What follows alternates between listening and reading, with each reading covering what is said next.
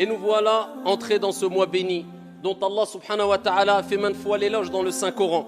Ce mois dont le prophète alayhi afdalus salatu wa azkat taslim a dit que quand il rentre, eh bien, Allah Jalla wa ala nous facilite l'entrée au paradis. Allah subhanahu wa ta'ala affranchit des gens de l'enfer. Allah Jalla wa ala ordonne à toutes les portes du paradis de s'ouvrir et à toutes les portes de l'enfer de se fermer. Et Allah Jalla wa ala donne l'ordre que tous les shayatin, les diables les plus néfastes, soient enchaînés. Pendant ce mois béni, ayyuhal akhyar, il y a des centaines, il y a des milliers, il y a des millions, il y a des milliards. Abshiru ayyuhal ikhwatul kiram, de musulmans dans le monde entier qui s'efforcent de se rapprocher du divin à travers l'abstention pour montrer l'amour qu'ils portent envers leur Seigneur, l'abstention de nourriture et de boissons pendant de longues journées. Mais ce qui nous importe, ce n'est pas simplement de jeûner, mais c'est avant même de jeûner de savoir comment réussir son jeûne du mois de Ramadan. Comment réussir à jeûner et à passer son mois complet en rendant notre Seigneur Tabaraka wa Ta'ala satisfait de nous. Comment réussir le mois du Ramadan? Et pour cela, on va indiquer quelques pistes efficaces et bénéfiques, Inch'Allah Ta'ala, afin qu'on parvienne tous à jeûner le mois du Ramadan, un mois complet comme il se doit, et afin qu'on puisse profiter au maximum de tous ces trésors que renferme Shahru Ramadan. Et les pistes, on va les voir au billahi tawfiq.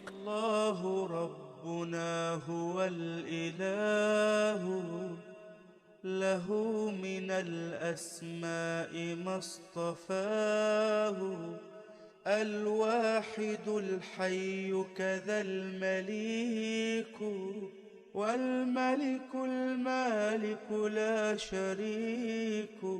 أيها المصلون, le premier conseil que j'ai à donner à moi-même ainsi qu'à mes frères et sœurs pour réussir, c'est pas pour jeûner le mois du Ramadan. Certes, il est demandé de prier. Mais prier, c'est une chose. Mais est-ce que tu as réussi à prier comme il se doit? Le prophète n'a-t-il pas dit « Sallu kama ra'aytumuni usalli » Ça, c'est réussir la prière. Prier comme vous m'avez vu, prier. Et Allah Jalla wa ala n'a-t-il pas dit « Qad aflaha al-mu'minun alladhina hum fi salatihim khashi'un » On certes réussi. Il n'a pas dit ceux qui ont prié simplement. Réussis ceux qui ont eu cette humilité, cette concentration dans la prière. Donc prier, c'est une chose, mais réussir la prière, c'est une autre. Jeûner, c'est une chose, mais réussir son jeûne, c'est une autre. Faire son pèlerinage, c'est une chose, mais réussir son pèlerinage, c'est autre chose. Donc nous, ce qui nous importe, ce n'est pas que jeûner, mais c'est réussir son jeûne du mois de Ramadan. Et pour cela, eh bien, il faut prendre conscience de certaines choses essentielles pour te permettre de réussir. Et la première des choses, eh bien, nous allons rebondir sur la recommandation prophétique qui concerne la prière. Parce que vous savez que la prière, comme on ne cessera de le répéter, c'est l'acte d'adoration le plus noble, le plus grand, le plus important qu'il y a en islam. C'est la première des choses sur laquelle tu vas rendre des comptes au jour de la résurrection, le jour où le soleil sera au-dessus des têtes et que chaque être humain dira « Nafsi, nafsi, nafsi, moi, moi, moi ». Dieu t'interrogera sur la prière qui à la base était de 50 et Dieu l'a diminuée de par sa miséricorde. Et à travers l'amour qu'a eu le prophète alayhi salatu wassalam pour nous, à 5 prières. Et cela nous donne la récompense de 50 prières comme vous le savez toutes et tous. Mais ici, il faut savoir que le prophète alayhi salatu wassalam a donné des recommandations pour prier, mais pour réussir sa prière. Et parmi les plus belles des recommandations que le prophète a données, c'est quand il a dit cela à un compagnon du prophète alayhi salatu wassalam, un compagnon parmi les compagnons du prophète alayhi salatu wassalam. Il lui dit « Salli », simplement prie, non. « Salli salata muwaddi'». Voilà, comment réussir la prière. Regardez la belle recommandation. Prie, accomplis la prière de celui qui fait ses adieux. C'est-à-dire le prophète, il dit aux compagnons, pour réussir ta prière, eh bien, fais de ta prière comme si c'était ta dernière prière. C'est-à-dire tu te dis, c'est la dernière prière, après je vais rencontrer mon Seigneur. Je vais quitter ce bas monde, je vais quitter ce monde, je vais me séparer de mes biens, je vais me séparer de ma famille. C'est-à-dire c'est le dernier acte d'adoration qui fait partie des plus grands actes d'adoration que je vais accomplir.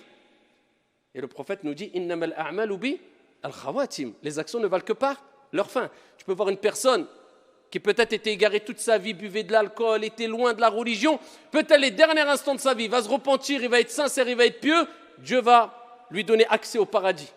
Alors qu'à côté, une personne, toute sa vie était dans les actes d'adoration, il manquait de sincérité, et juste avant de mourir, il a tout abandonné, il s'est égaré. Et Dieu lui a donné l'accès en enfer. Les actions ne valent que par leur fin, la preuve qu'on doit toujours rester modeste et ne pas se précipiter à juger les autres. Celui que tu critiques peut-être demain sera meilleur que toi et toi pire que lui. Donc occupe-toi de toi, c'est déjà beaucoup. Eh bien le prophète il te dit, eh bien c'est les dernières actions. Donc toi quand tu pries tu te dis, c'est peut-être ma dernière prière. Donc la prière c'est parmi les actes d'adoration les plus importants. Donc je la fais bien, comme ça quand je rencontre mon Seigneur, peut-être je vais mourir après le Dhuhr, peut-être après l'Asr. Je fais le Maghrib, peut-être après le Maghrib je vais mourir.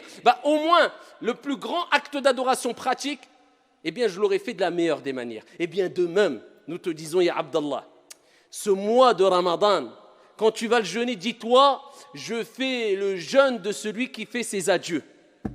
Combien, comme vous le savez toutes et tous, ont jeûné avec nous, ne serait-ce que dans cette ville, l'année dernière, et aujourd'hui, ils sont où? Tahta turab, rahimahumullahu jami'an. Ils sont sous la terre. Ils auraient rêvé, ils auraient espéré. Wallahi wa rabbil Kaaba. Si Allah subhanahu wa ta'ala leur avait donné l'occasion de revenir sur terre, ils auraient donné tout ce qu'il y a sur la surface de la terre selon leur capacité, juste pour pouvoir jeûner une journée. Eh bien toi, Dieu t'a donné ce cadeau. Cette année, tu vas jeûner. L'année prochaine, 11 mois, on ne sait pas ce qui peut se passer. Déjà en 2 heures, on ne sait pas ce qui se passe. En 10 minutes, ta vie, elle peut vaciller. On sait très bien que tout va très vite, surtout aujourd'hui. Alors que dire de une année? Donc c'est peut-être ton dernier Ramadan. C'est peut-être ton dernier Ramadan. Et ce que tu vas gagner pendant le mois de Ramadan, wa Rabbil Kaaba, de manière générale, tu ne pourras pas le gagner en dehors du Ramadan. C'est le meilleur mois de l'année. C'est le mois où il y a le plus de cadeaux. C'est le mois où il y a Laylatul Qadr. C'est le mois où Allah ouvre toutes les portes du paradis, comme s'il te disait, ça y est, le paradis, toutes les portes sont ouvertes. Il n'y en a aucune qui est fermée. Vas-y, entre par la porte que tu veux. C'est facile. Ya Abdi, oh mon serviteur, fais des efforts, rapproche-toi de moi, le paradis, il est à portée de main. C'est le mois où shayatin, les diables les plus néfastes sont enchaînés. Comme si Dieu te disait, je sais que tu es faible, je sais que tu es attiré par le mal, je sais que le diable a une influence sur toi, eh bien je vais enchaîner les diables les plus néfastes pour te faciliter l'entrée au paradis. Te faciliter le fait de te rapprocher de moi, les actes d'adoration, pour éduquer ton âme plus facilement afin que tu persistes dans les actes d'adoration. C'est peut-être ton dernier Ramadan. Dis-toi ça dans la tête. Et tu vas quitter ce monde, peut-être, avec le dernier Ramadan accompli de la meilleure des manières. Quel bagage, quel investissement. Ça, c'est le vrai investissement. Amma pour dunya, pour la vie d'ici-bas, investis ce que tu veux, ce n'est pas illicite. Mais ce n'est pas le réel investissement, tout simplement parce que cela va rester et ne perdurera pas, mais en tout cas, quand tu quitteras ce monde, va rester derrière toi. Comme on dit, même si tu investis dans une maison, dans une voiture, ne serait-ce que la clé, ta maison, elle ne te suivra pas dans ta tombe. T'as quoi en fait? Tu es qu'un locataire, même si ça t'appartient, tu restes locataire, que tu le veuilles ou non. Petite période, mudda qasira, toute petite période, tu ne sais pas combien de temps. Donc investis dans ton Ramadan.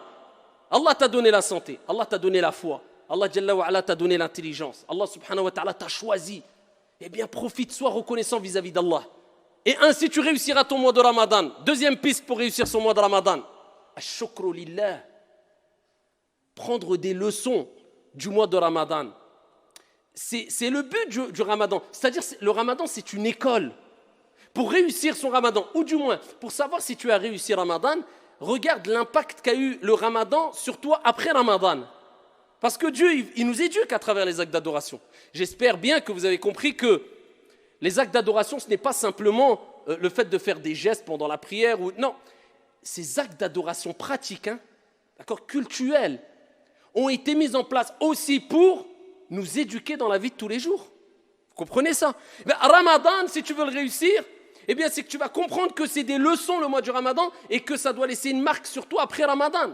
Quand tu viens à la mosquée, et que tu dois venir en marchant, sans courir, et que tu dois t'aligner avec tes frères, tu dois te rapprocher des frères, coller tes épaules, pas coller les pieds. Beaucoup collent les pieds, alors que dans les 4 écoles, ça n'existait pas. Coller les pieds, c'était juste pour aligner les rangs. Après, tu n'as pas besoin de coller les pieds. Mais aligner les rangs, le prophète, il dit avec douceur, vous rapprochez vos épaules. Vous suivez l'imam. Pourquoi cette discipline? Pourquoi cette organisation? À une heure bien précise. Quand l'heure est passée, ça y est, ça y est, tu vas prier tout seul. Des mouvements que tu fais en harmonie, tous ensemble. Tu suis l'imam, tu ne fais pas ce que tu veux. Pourquoi ces règles? Pourquoi ces comportements? Pourquoi cette gestuelle? Pour nous éduquer, nous apprendre à être disciplinés, à être organisés, à être carrés, à être sereins, à être apaisés. Mais est-ce qu'on a compris cela, nous? Normalement, on doit être les gens les plus éduqués, les plus disciplinés. Et malheureusement, illa man rahimallah, ce n'est pas le cas.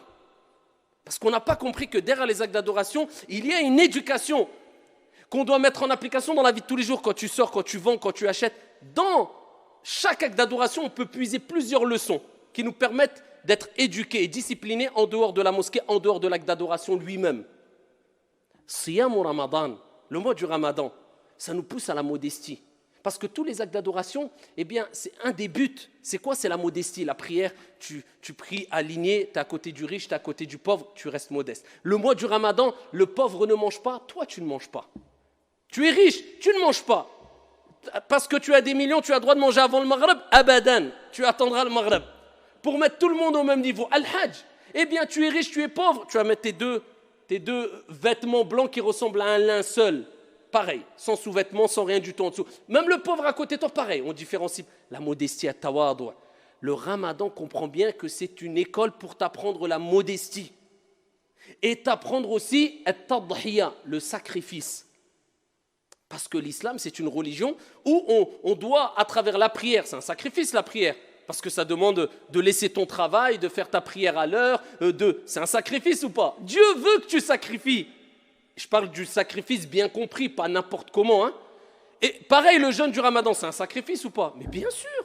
Comment ça? Du matin, surtout nous ici, du matin, 6h du matin, 5h du matin, jusqu'à 21h le soir, 21h30, 22h, tu te prives de boire et de... Si ça, c'est pas un sacrifice, c'est quoi? Parce que Dieu te rappelle, tu as été créé pour m'adorer et je veux que tu prouves ton amour vis-à-vis de moi à travers des sacrifices dans les actes d'adoration. Eh bien là, tu dois prendre ces leçons en disant, plus le sacrifice est grand et plus Dieu sera satisfait de moi à travers des actes d'adoration tels le jeûne et telle la prière.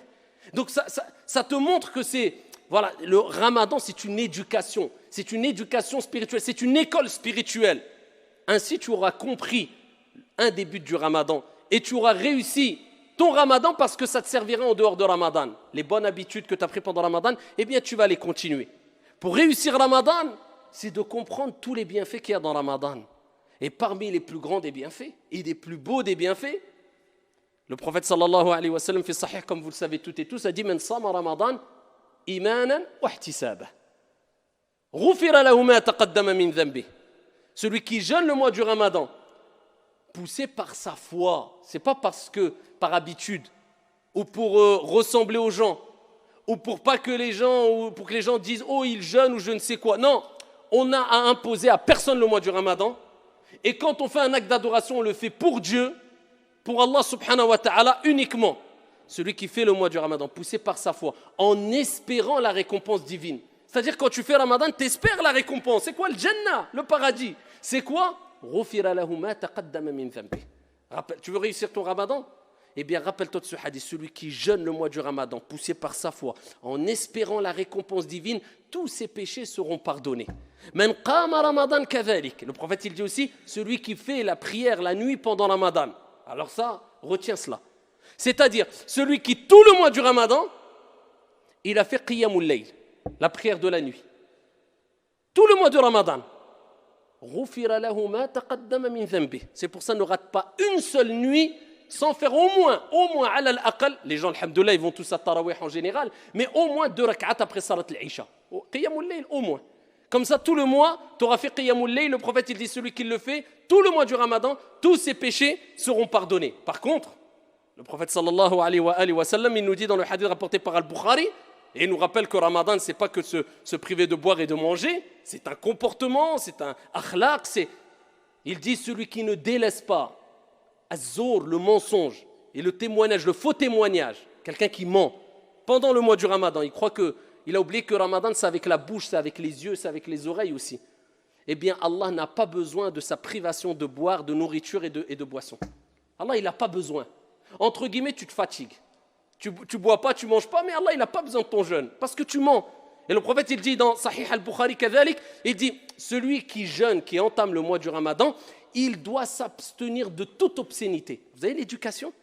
Si tu veux réussir Ramadan, tu comprends que Dieu t'éduque. Parce qu'il veut qu'il t'a facilité le fait que tu peux éduquer ton âme. Parce que l'âme, elle s'affaiblit. L'âme instigatrice au mal, elle s'affaiblit. Vous voyez, on se sent faible pendant Ramadan. Parce que le sang circule moins vite dans le sang, dans le corps. Et le prophète, alayhi salatu wassalam, il dit, Shaitan circule en vous comme le sang circule dans votre corps. Shaitan a moins d'influence sur toi, le corps s'affaiblit, l'âme instigatrice au mal, elle s'affaiblit aussi. Les shayatines sont enchaînées, les portes du paradis sont ouvertes, Dieu te facilite l'éducation de l'âme. Et le prophète, il te dit, donc c'est comme s'il te disait, maintenant éduque ton âme. Les mauvaises habitudes, tu es insulté, vous voyez, maintenant tout le monde, chaque phrase, il dit au moins 3-4 gros mots. Illa man rahimallah. Eh bien là maintenant, éduque ton âme. Tous les mauvais défauts, les défauts que tu avais, essaye petit à petit. On n'est pas des anges, on n'atteindra jamais la perfection. Al-kamal ou lillah. Mais essaye de tirer les plus gros défauts que tu avais. Entre autres, les mauvaises paroles. Le prophète, il dit, alayhi salatu wassalam, celui qui jeûne le mois du Ramadan, il délaisse toutes les obscénités. Il dit qu'il délaisse toutes les obscénités. Et si quelqu'un vient le combattre ou le provoquer, il dit, inni sa'im, inni sa'im. On te provoque. Regardez l'éducation du nefs là, c'est facile de se mettre en colère. Mais le prophète, il dit le fort, c'est celui qui retient sa colère quand il est en colère. Eh bien, tu dis je jeûne, paix, laisse-moi en paix. Et c'est comme ça que tu vas réussir le mois de Shahru Ramadan. Pour réussir Shahru Ramadan, eh bien, il faut comprendre le verset coranique. Shahru Ramadan alladhi unzila fihi al-Qur'an. Le mois du Ramadan, c'est le mois où Allah il a révélé quoi? Al-Qur'an. Allah, il a choisi le meilleur des mois pour révéler le meilleur des livres. Pendant la meilleure des nuits, Inna anzalnahu fi laylatil qadr. Wa ma adraka ma laylatul qadr. Laylatul qadr khayrun min alfi shahr. Nous l'avons certes descendu, révélé la nuit du destin, la 27e nuit, avec divergence des savants, du moins les dernières nuits impaires. Et qui te dira qu'est-ce que c'est que la nuit du destin? La nuit du destin est meilleure que 1000 mois d'adoration. Regardez les cadeaux divins. Et Dieu, s'il a descendu, révélé le Coran pendant le mois de Ramadan, c'est pour te rappeler que pendant ce mois qui est le meilleur des mois, eh bien, multiplie la récitation du meilleur des livres. Concentre-toi que dans la récitation du Coran. Quand je parle des sujets scientifiques, surtout du moins. C'est pour ça l'imam Malik, rahimahullah, ce grand savant érudit, savant du fiqh, du hadith, il délaissait dans ses assises toute étude du hadith pour se consacrer à quoi? À la lecture du Coran. Le mois de Ramadan, c'est Shahrul Qur'an, c'est-à-dire, si tu multiplies la lecture et la récitation du Coran pendant le mois de Ramadan, vis avec le Coran, essaie de le comprendre, concentre-toi, pas dans la beauté des voix. Parce que maintenant, les gens, ils cherchent les mosquées où il y a les plus belles des voix. Et ça, c'est parmi les égarements qu'a mentionné déjà Omar ibn al-Khattab à son époque. Jusqu'à ce que certains, maintenant, c'est plus une récitation. Warattilil Qur'ana tartila, comme il se doit, mais on mise tous sur les mélodies. Ça devient même quelquefois de l'exagération. Non, sur le contenu du Coran. Ce n'est pas toi qui embellis le Coran, c'est le Coran qui va t'embellir, ya Abdallah. Après, bien sûr, embellir sa voix, c'est demander aussi, mais sans exagération. Le contenu, c'est ce qui nous importe. Et c'est ainsi qu'on va réussir Ramadan si on a mis comme objectif la lecture du Coran à 100%. Je plonge dans le Coran. Parmi les moyens aussi de réussir Ramadan, c'est de montrer à ton Seigneur et aux gens autour de toi, car les gens seront des témoins au jour de la résurrection, et sur terre, pour ou contre toi, voilà, c'est ça l'islam. On est tous des ambassadeurs de l'islam. Donc pendant Ramadan, comme on le dit chaque année, tout le monde entier, avec la télé, avec les réseaux sociaux, savent que tous les musulmans jeûnent le mois du Ramadan. Quand tu sors, sache que tu es un représentant, un ambassadeur de l'islam. Quand tu sors dehors, parle pas fort, c'est très tard tarawih. Respecte les voisins, les jeunes dans les cités. Surtout pendant le mois de Ramadan, tous les ans on entend la même chose. C'est là où quelquefois malheureusement des jeunes musulmans dans les cités, eh bien, font du tout et n'importe quoi et sans le savoir, ils salissent leur propre image de toute manière, hein, et l'image de l'islam aussi. Parce qu'après, excusez-moi, hein, mais quand des gens disent « Oui, mais regardez les musulmans, qu'est-ce qu'ils font? Regardez, c'est dans les cités, ça brûle, ça crame. » Et on dit « Oh, c'est des racistes. » Alors, on ne va pas être raciste en disant ce genre de propos, mais le fait qu'il y ait des musulmans qui le font quelquefois dans les cités, c'est une réalité. On va se voiler la face. Et quelquefois, des gens, malheureusement, vivent la nuit dans les cités dehors et toute la journée, ils restent naas. Il shkhar toute la journée, il se lève la nuit et il salit l'image de l'islam. Comme une personne, ils ont demandé à un shir, c'est un savant turc, ils lui ont dit Ya shir, si quelqu'un dort toute la journée, est-ce qu'il aura la récompense du Ramadan? Il a dit oui, il aura la récompense, mais dans ses rêves. Eh bien, c'est ça. Toute la journée, il arrive le Maghreb, il sort, il se met beau, il va rester, il parle fort, il crie. Comment tu veux que les gens soient pas racistes? Nous, on est les premiers racistes quand on voit ça. Donc, il ne faut pas exagérer, il faut se rappeler que Ramadan, ce n'est pas que je viens, je fais 2 rak'at at-tarawih, je sors, je fais ruina. Si c'est pour faire ruina en venant à tarawih, wallahi al-adim, c'est interdit pour toi de venir à la mosquée, c'est obligatoire de rester chez toi. Parce que là, tu vas tout gâcher. Et Allah Jalla wa Ala parle de ceux qui veulent faire le bien, alors qu'ils font le mal, et Allah il fait de leurs actions haba'an mansoura, poussière éparpillée, ça part dans le vent. Respectez, ya ibadallah. Dès que tu mets le pied dehors, tais-toi, uskut. Tu n'as même pas le droit, shar'an, religieusement, de parler même à mi-voix, alors qu'il y a des voisins à côté. Tu n'as pas le droit, 11h du soir, minuit, 1h du matin, tu vas parler, les gens travaillent le matin. Wallahi, tu n'as pas le droit. Et si tu n'arrives pas, eh bien je vous dis, shar'an, religieusement, tu n'as pas le droit de venir à la mosquée pour faire salat al-tarawih. Tu n'as pas le droit. Quelqu'un qui ne s'abstient pas, wallah qu'il n'a pas le droit. Et je le jure sur le mimbar. Pourquoi? Parce que salat al-tarawih, c'est surérogatoire. Et ici, respecter son voisin, qu'il soit musulman ou non, c'est obligatoire. Et jamais le surérogatoire va devancer l'obligatoire en islam. Donc, si toi tu n'as pas compris ça, eh bien, à toi de te remettre en question et de te dire que Ramadan, c'est un respect que je dois avoir vis-à-vis des gens et je suis ambassadeur de l'islam. Et ainsi, bi'idhnillahi tabaraka wa ta'ala, tu réussiras ce mois béni, tu profiteras de toutes ces récompenses ici qu'il y a dans le mois de Ramadan. Wallahu a'lam.